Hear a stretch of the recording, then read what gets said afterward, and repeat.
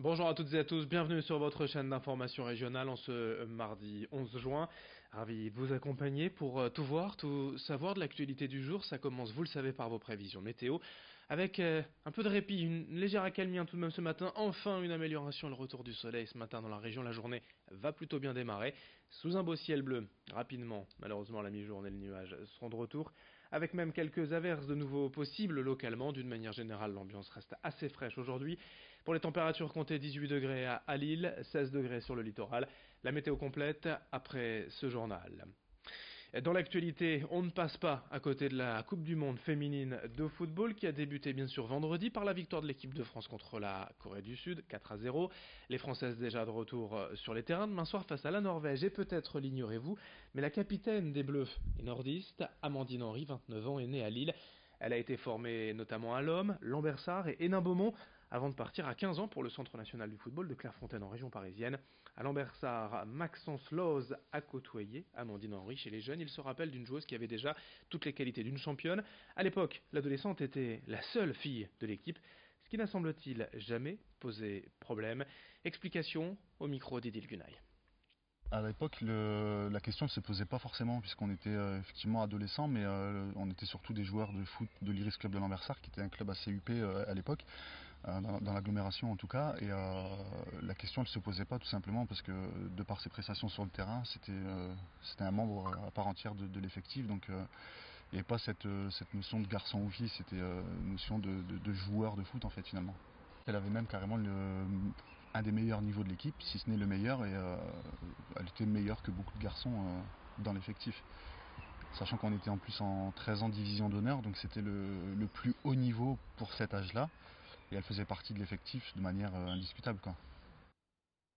L'actualité régionale est également, c'est la lutte contre la fraude des VTC, les fameux véhicules de transport avec chauffeur. Depuis leur apparition il y a quelques années, ces derniers ont en effet une carte professionnelle en papier, comme les anciens permis, et c'est ce qui facilite souvent sa falsification.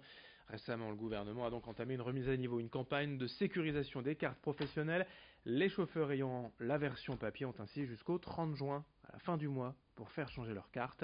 Depuis plusieurs mois, les opérations de contrôle sont régulièrement menées par les forces de l'ordre et ont permis d'identifier plusieurs fraudes. Explication avec le représentant des VTC dans les Hauts-de-France, au micro de Margot Sailly.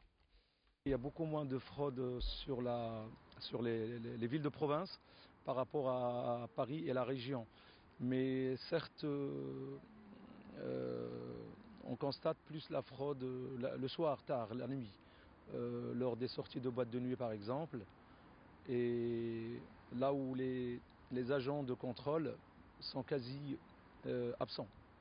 C'est les seuls qui peuvent vérifier l'exactitude des cartes, des fausses, les vraies des fausses. On enchaîne dans ce journal avec toute autre chose. Dans l'actualité de la région, déjà depuis plus d'un an, le site web d'Atmo Nord-Pas-de-Calais propose un service de référencement des 26 pollens d'arbres et de fleurs présents dans les Hauts-de-France, baptisés pollinaires. Cette page permet de connaître en temps réel l'avancée des pollens allergisants dans la région. En effet, la floraison et donc la pollinisation de certaines espèces ne survient pas en même temps selon que l'on se trouve sur le littoral, à Lille ou ailleurs en France, d'où l'intérêt de suivre en direct la progression de ces pollens et de ces graminées. Notez tout de même que la réussite de ce site est liée à l'action du public, des bénévoles qui recensent chez eux, dans leur jardin ou en promenade, le type de fleurs et donc de pollen présent. Vous pouvez d'ailleurs vous inscrire sur le site d'Atmo pour devenir ainsi sentinelle. Vous recevrez une loupe et un manuel pour comprendre la pollinisation. Explication au micro de Vincent Vieillard. Ça peut être tout simplement un noisetier au fond de son jardin ou une graminée aussi au fond de son jardin ou sur un lieu près de chez soi ou un lieu auquel on passe devant régulièrement quand on va travailler par exemple. Donc on va se déclarer observateur de cette plante. Les personnes d'Atmo vont valider la plante et ensuite il y aura 3 phases de végétation à surveiller, la floraison, le début de pollinisation et la fin de pollinisation. Donc si on est sentinelle d'une plante, ça va prendre peut-être un mois ou un mois et demi sur l'année, et avec des observations, pas tous les jours, mais de temps en temps. Quelques petites infos en bref. Dans ce journal à Saint-Nicolas-les-Arras, les nouvelles de la famille sont plutôt rassurantes concernant l'état de santé du jeune Matteo, foudroyé, vous le savez, lors d'un entraînement de football la semaine dernière. Son pronostic vital n'est plus engagé, mais sa rééducation sera longue et une cagnotte a été mise en place pour le soutenir, lui et sa famille. Vous pouvez la trouver sur la page Super Matteo sur le site litchi.com. Au cœur du mois de juin, quelques semaines après les vacances d'été, l'appel aux dons en urgence de l'établissement français du sang. Les stocks, comme souvent avant l'été, sont au plus bas et les vacances laissent craindre le pire. N'hésitez pas à aller donner votre sang, c'est important. Il en faut 10 000 par jour en France. Il y en a forcément près de chez vous. Tous les renseignements sur dondesang.efs.fr.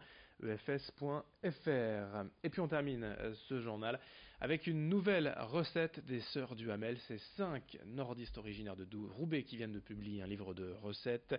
Des œufs chantilly saumon, recette mise en image par Rémi Desremeaux. La première chose est d'avoir des œufs frais, de l'eau et du vinaigre. On fait chauffer l'eau, on met un peu de vinaigre. Quand l'eau frémit, on casse l'œuf et on laisse 3 minutes à doux frémissement. On retire l'œuf qu'on met entre 2 torchons. Comme ça, il reste chaud quand on veut le consommer chaud.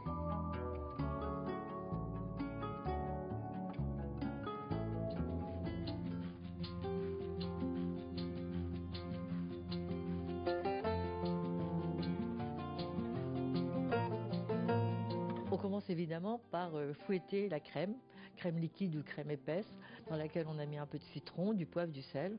On fouette. On ajoute dans la crème qu'on a montée en chantilly une tomate qu'on a pelée, épépinée et coupée en tout petits morceaux. On ajoute également le saumon fumé qu'on a coupé également en petits morceaux. Beaucoup d'herbes, ça peut être de la ciboulette, du persil, un peu de cerfeuil. Et voilà, le tour est joué. Après, il suffit de mettre une cuillère de cette préparation sur l'œuf poché qu'on a mis ou dans une petite coupelle ou sur un plat ou sur une feuille de salade.